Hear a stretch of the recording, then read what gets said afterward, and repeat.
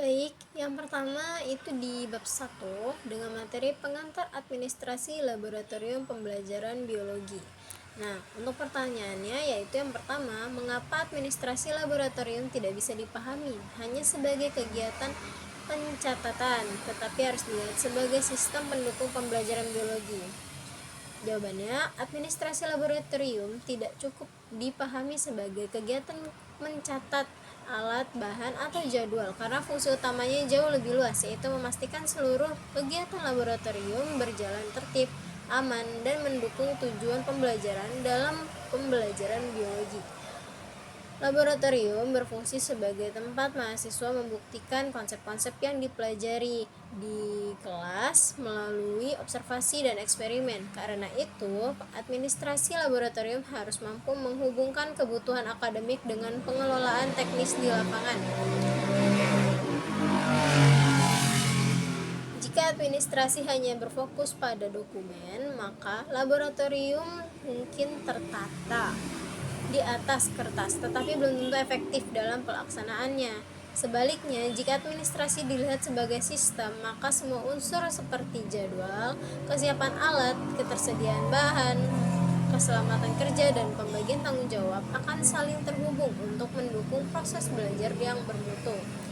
Nah, sekarang pertanyaan yang kedua yaitu bagaimana hubungan antara laboratorium sebagai sarana pembelajaran langsung dengan pentingnya manajemen administrasi yang baik. Jawabannya, laboratorium memberikan pengalaman belajar langsung yang tidak bisa digantikan sepenuhnya oleh teori di kelas.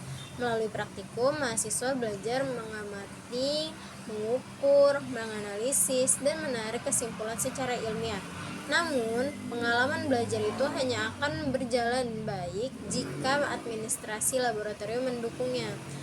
Misal, tanpa adanya jadwal yang jelas, praktikumnya bisa bentrok, tanpa inventaris yang baik, alat mungkin tidak tersedia, terus juga tanpa prosedur keselamatan, itu kegiatannya beresiko menimbulkan kecelakaan. Jadi semakin penting fungsi laboratorium dalam pembelajaran, semakin penting pula administrasinya.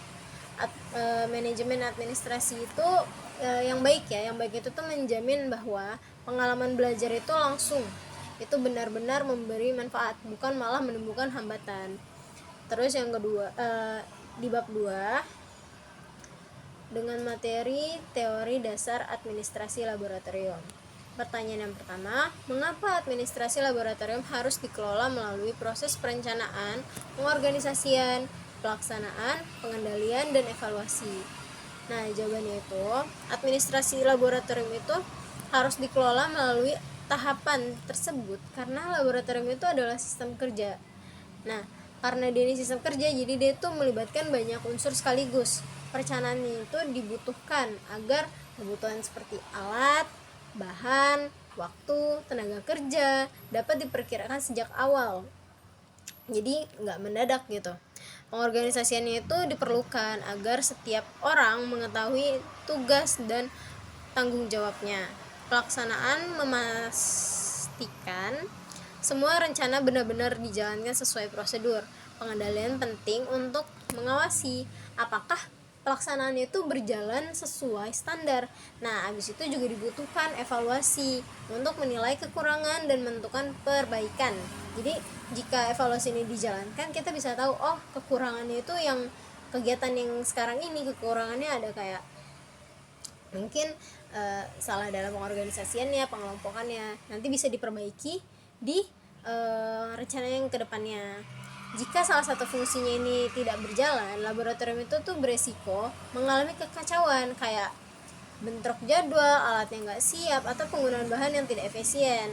Karena itu, kelima tahap tersebut bukan hanya teori, tetapi dasar agar pengelolaan laboratorium itu berjalan sistematis dan harus dijalankan, bukan hanya sekedar teori. Nah, untuk pertanyaan kedua, dalam konteks laboratorium pendidikan, ya, mengapa pembagian tugas antara dosen, laboran, dan mahasiswa itu sangat menentukan keberhasilan praktikum? Jawabannya, karena praktikum yang berhasil tidak hanya ditentukan oleh kelengkapan alat dan bahan, tapi juga kejelasan peran setiap pihak. dosen itu tuh bertanggung jawab terhadap tujuan akademiknya, penjelasan konsep, dan pengarahan jalannya praktikum. Laboran itu berperan pada kesiapan teknis seperti menyiapkan alat, bahan, ruang, serta memastikan keselamatan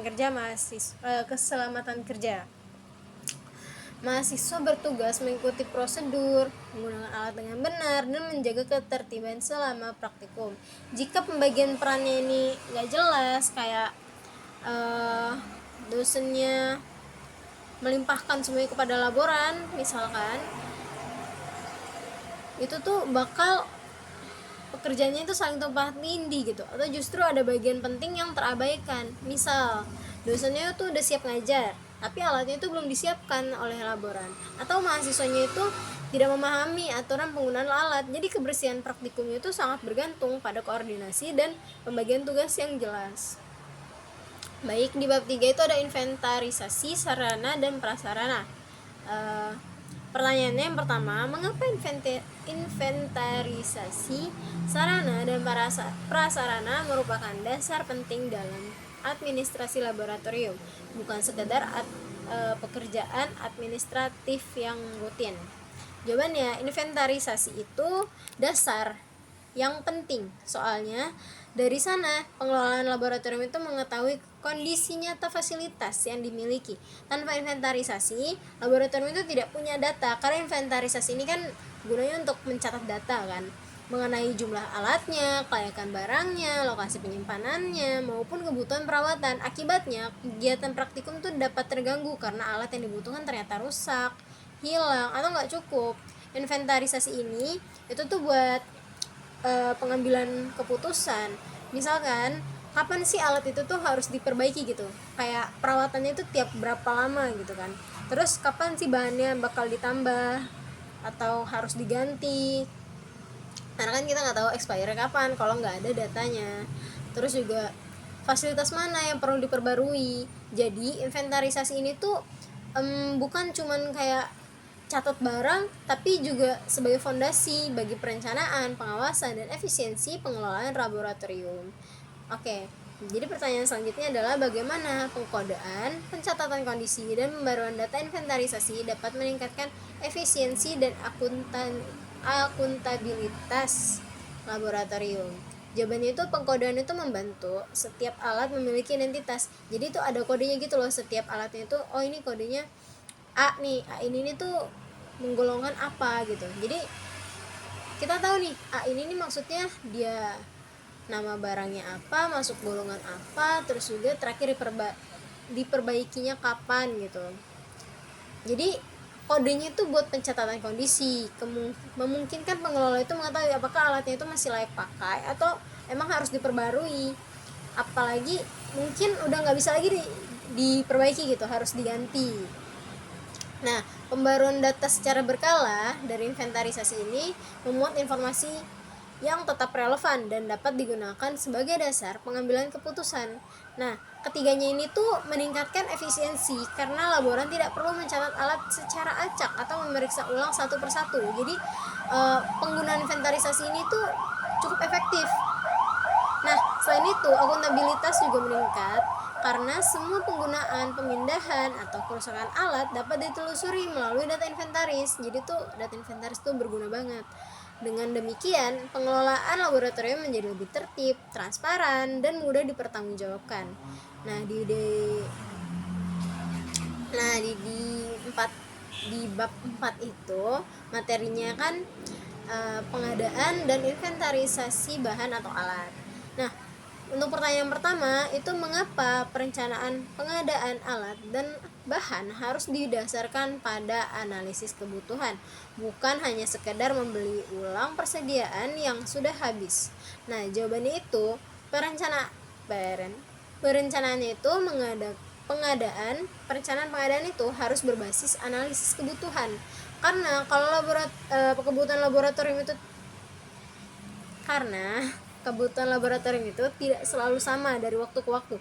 Mungkin di tahun pertama hanya membutuhkan 2 mikroskop, tapi ternyata di tahun kedua itu membutuhkan 5 mikroskop. Karena apa? Karena mahasiswanya bertambah. Jadi perencanaannya itu harus terus diperbarui. nggak bisa disamain gitu aja. Kayak kita dilihat dari perencanaan itu diperbaruinya dari jumlah mahasiswanya, jenis praktikumnya, terus frekuensi penggunaannya, siapa tahu lebih sering digunakan di semester ini gitu kan. Nah, kondisi stoknya itu juga dapat berubah setiap semesternya. Kalau pengadaan itu hanya didasarkan kepada kebiasaan membeli ulang, kayak misalkan biasanya juga cuman beli 2 mikros. Biasanya cuman beli 2 kilo NaOH, 2 kilo NaOH. Biasanya cuma beli misalkan 2 liter NaOH, 2 liter OH, mohon maaf. Biasanya cuma beli 2 liter OH, kok ini tiba-tiba bertambah ya, kok nggak cukup ya. Ternyata itu tuh harus ada perbaruan dari datanya. Jadi datanya tuh nggak bisa sama dari tahun ke tahun, tuh harus ada yang berbeda. Bukan harus sih, tapi pasti ada yang berbeda, karena kan mahasiswa nggak mungkin cuma segitu-gitu aja, ataupun pemakaiannya tuh bisa aja lebih sering digunakan gitu kan. Jadi harus didasarkan kepada data setiap semesternya. Nah, kalau semisal laboratorium itu beli barang yang habis, hanya didasarkan kepada membeli barang yang habis, laboratorium itu beresiko mengalami pemborosan. Kenapa? Karena membeli barang yang kurang relevan atau justru kekurangan bahan yang sedang dibutuhkan. Misalkan semester ini tuh nggak banyak memakai formalin, permisalan, tapi malah dibeli lagi dengan jumlah yang sama setiap semesternya. Jadi itu pemborosan, formalin makin banyak, sementara alkohol itu sangat dibutuhkan malah kurang gitu.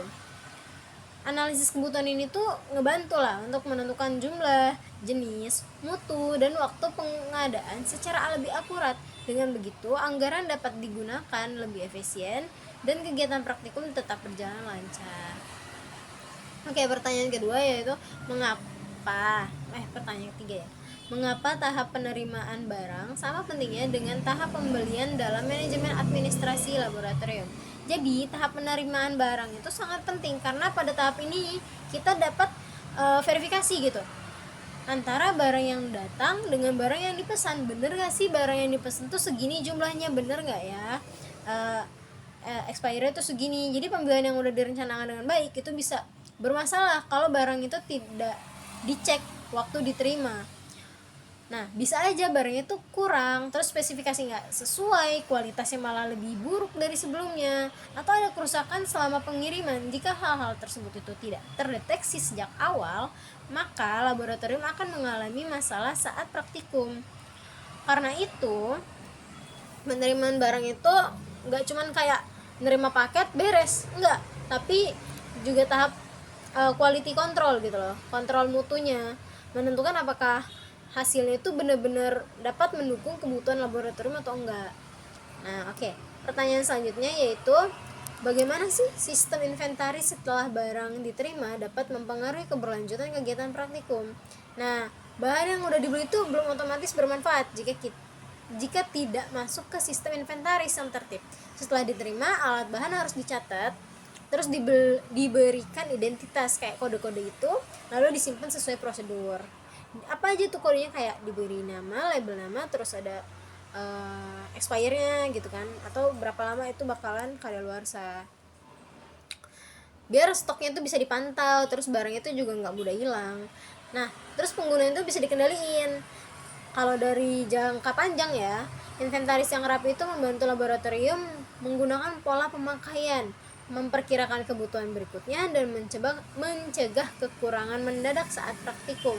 Jadi walaupun kayak ini udah didata nih, jadi semisal ada apa-apa udah ke data dan udah ada cadangannya, bisa langsung dipakai. Jadi pas praktikum itu nggak terkendala gitu kekurangan barang atau apapun.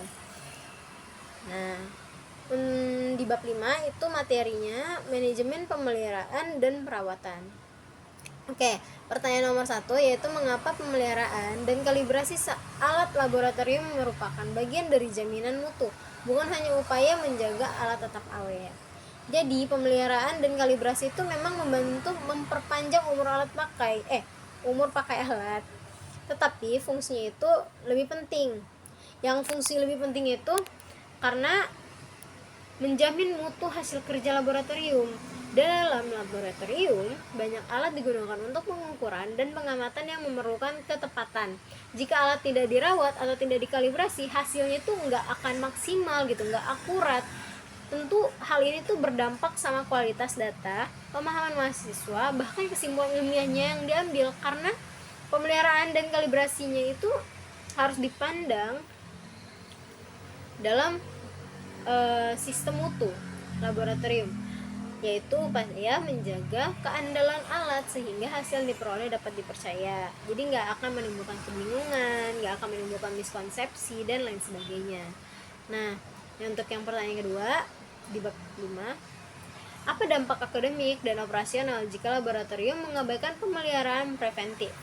Jawabannya itu kalau secara akademik ya, pengabaian itu tuh dapat menimbulkan praktikum menghasilkan data yang salah atau tidak konsisten, sehingga tujuan pembelajaran tidak tercapai secara optimal. Mahasiswa itu bisa salah konsep atau miskonsepsi karena hasil eksperimennya dipengaruhi oleh alat yang nggak layak. Jadi misalkan mikroskopnya tuh udah buruk dan udah nggak bisa lagi buat diperbesar gitu, macet. Jadinya tuh susah dalam mahasiswa itu menentukan, malah jadi salah dalam eksperimennya. Nah, terus juga biaya perbaikannya itu meningkat, jadwal praktikumnya itu dapat terganggu karena alat yang dipakai tuh belum siap digunakan alias rusak gitu kan. Dalam kondisi yang tertentu aja, itu pengabaian perawatan itu juga dapat membahayakan keselamatan penggunanya. Jadi pemeliharaan preventif sebenarnya lebih hemat, lebih aman, dan lebih mendukung mutu pembelajaran dibandingkan kalau nunggu alatnya itu rusak dulu gitu. Oke, jadi pertanyaan yang selanjutnya, mengapa pemusnahan alat dan bahan tidak terpakai harus dipahami sebagai bagian tanggung jawab lingkungan dan keselamatan? Sebenarnya jawabannya itu ya bukan cuman kayak soal ngebuang barang yang udah nggak kepake, tapi itu juga menyangkut keselamatan manusia dan perlindungan lingkungan juga, karena alat yang kita pakai itu sifatnya itu nggak semuanya kayak dari alam ke alam jadi baik gitu, enggak, tapi banyak bahan kimia yang sifatnya itu berbahaya, kayak mudah terbakar, beracun, terus juga mencemari lingkungan. Jika dibuang sembarangan, alat yang rusak juga bisa tetap memiliki komponen berbahaya atau tajam. Karena itu tuh harus dilakukan pemusnahan dengan prosedur yang benar, termasuk pemisahan limbah, pencatatan, terus juga pembuangannya itu sesuai dengan aturan. Nah, dalam konteks pendidikan, pengelolaan ini juga menjadi bentuk pembelajaran etika ilmiah bahwa aktivitas laboratorium harus bertanggung jawab, bukan hanya sekedar efektif secara teknis. Bab 6 yaitu administrasi aktivitas laboratorium. Jadi pertanyaan yang pertama, mengapa pencatatan jadwal praktikum dan penggunaan ruang harus dilihat sebagai instrumen manajerial, bukan sekedar daftar waktu pemakaian? Jawabannya itu, jadwalnya itu dan penggunaan ruang sebenarnya itu alat juga gitu, alat manajerial yang sangat penting. Kenapa? Karena menentukan tertib tidaknya seluruh aktivitas laboratorium. Jadwal membantu menyelaraskan kebutuhan dosen, mahasiswa, laboran, ruang alat, dan bahan agar tidak saling berbenturan.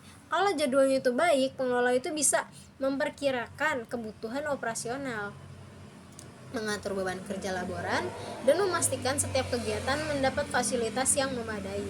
Jika jadwal diperlakukan cuma sebagai daftar waktu, maka fungsinya juga ya sempit gitu.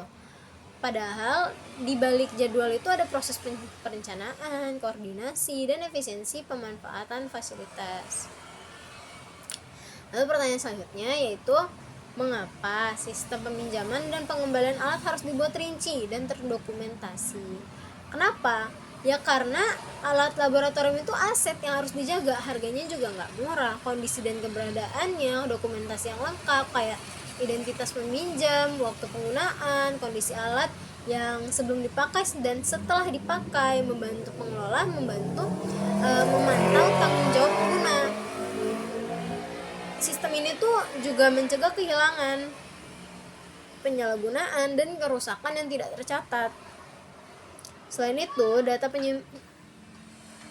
Data peminjaman juga dapat digunakan sebagai melihat alat mana yang paling sering dipakai, alat mana yang rawan rusak, dan kapan perlu dilakukan perawatan tambahan.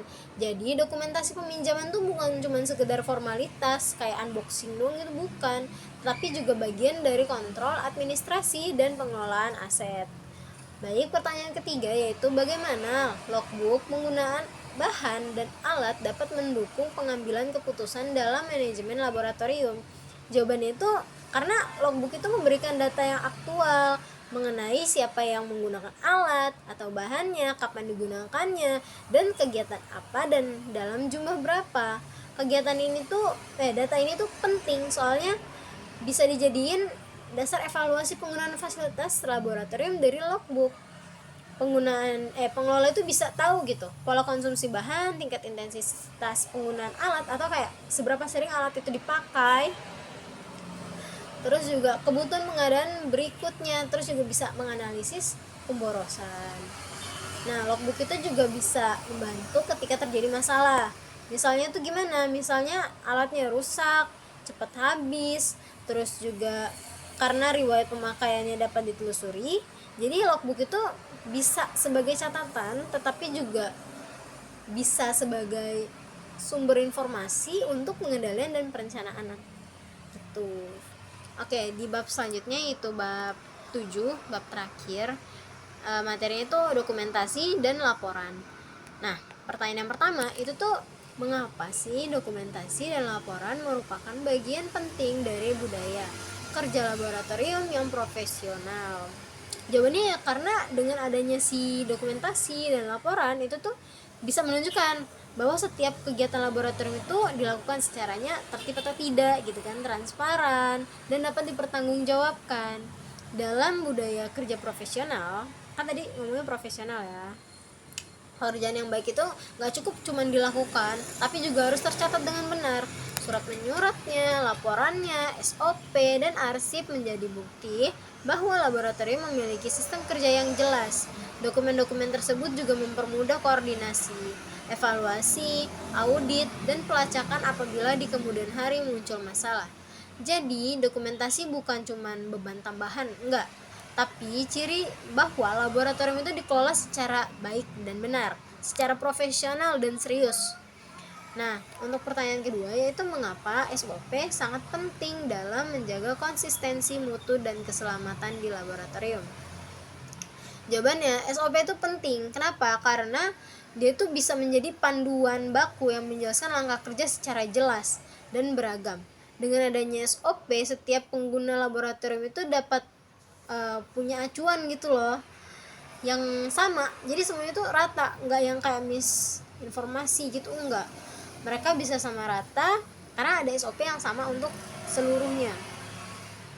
Kayak dalam menggunakan alat, menangani bahan, maupun menjalankan prosedur-prosedur keselamatan. Hal ini tuh membantu untuk mengurangi kesalahan, mencegah perbedaan cara kerja yang terlalu jauh, dan menjaga kualitas pelaksanaan praktikum. Nah, selain itu SOP itu juga sangat penting dalam aspek keselamatan. Kenapa? Karena kita sebagai pengguna laboratorium itu jadi tahu gitu apa yang harus dilakukan dan apa yang harus dihindari. Di SOP kan ada tuh ya larangan dan perintah. Jadi berfungsi itu menjaga konsistensi, efisiensi, dan keamanannya. Baik, di pertanyaan selanjutnya, di era digital, gimana sih sebaiknya laboratorium menyeimbangkan pengarsipan fisik dan elektronik? Nah, laboratorium itu sebaiknya tidak langsung meninggalkan arsip fisik, tapi juga mengombinasikannya dengan arsip elektronik secara bijak. Kenapa? Karena kalau semisal wallahualam arsip fisiknya hilang, kita masih punya backupan di arsip yang elektronik. Nah, kenapa harus tetap ada arsip fisik padahal udah ada arsip yang elektronik ya kan? Karena arsip fisik itu masih penting untuk dokumen tertentu yang memerlukan tanda tangan asli, kayak tanda tangan basah lah ya ininya istilahnya, atau bukti yang formal. Sementara itu kalau arsip elektronik itu membantunya dalam pencarian yang cepat, jadi nggak usah lama-lama gitu kan nyarinya. Terus juga penghematan ruang dan pencadangan data, keseimbangan. Kalau dua-duanya itu dikombinasiin secara seimbang ya. itu tuh dapat dilakukan dengan menentukan jenis dokumen, mana yang wajib disimpan fisik, mana yang bisa digitalisasi. Yang lebih penting, sistem arsip digital ini harus memiliki keamanan yang baik, misalkan pembatasan akses dan cadangan data berkala. Dengan pendekatan ini, laboratorium itu dapat memperoleh manfaat efisiensi digital tanpa kehilangan kekuatan bukti administrasi dan dokumen fisik gitu. Baik, sekian dari saya. Mohon maaf karena banyak perkataan yang mungkin salah. Kepada Allah saya mohon ampun. Wassalamualaikum warahmatullahi wabarakatuh.